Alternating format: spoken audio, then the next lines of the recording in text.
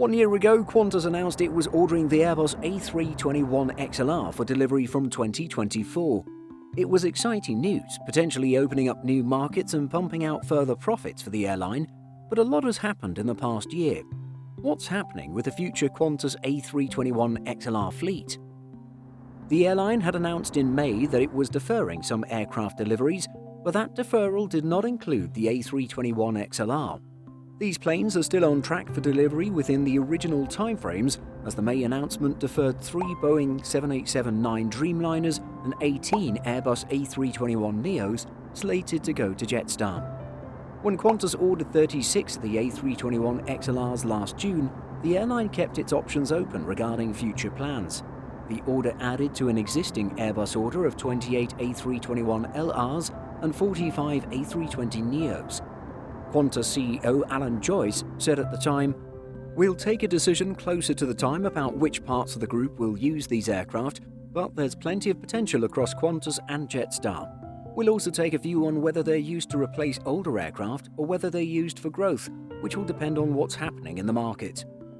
While the big birds like the A380s and Boeing 747s get all the attention, the core of Qantas's fleet are single-aisle Boeing 737-800s.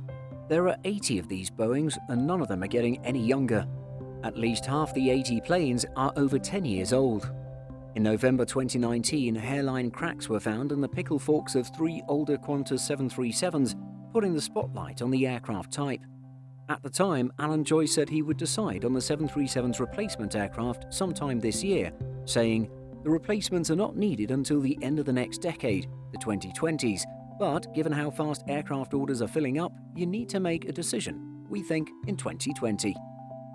We think it's likely a new A321XLR will replace a 737-800 on certain routes. However, the capacity of the incoming A321XLR is problematic as it's substantially bigger than the 737-800. Depending on cabin configuration, the incoming planes can carry up to 244 passengers, significantly more than the 174 passengers squeezed onto a Qantas 737-800. Qantas's 28 A330s mostly handle that regional market and also fly medium-haul routes into Asia. Qantas has multiple configurations of this aircraft type, but mostly they seat around 250 passengers in a 2-class cabin. The A321XLR is an obvious candidate to replace older A330s on some routes.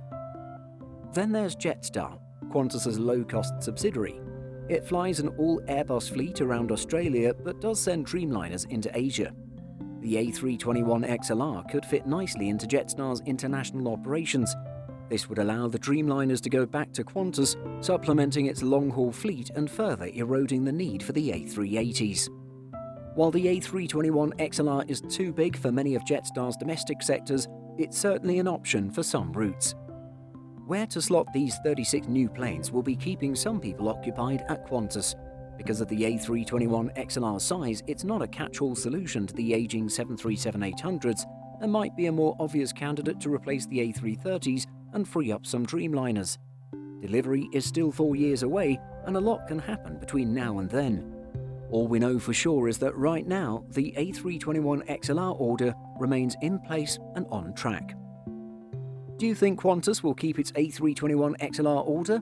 Let us know in the comments. If you like this video, please like and subscribe to the Simple Flying channel and be sure to click the notification bell.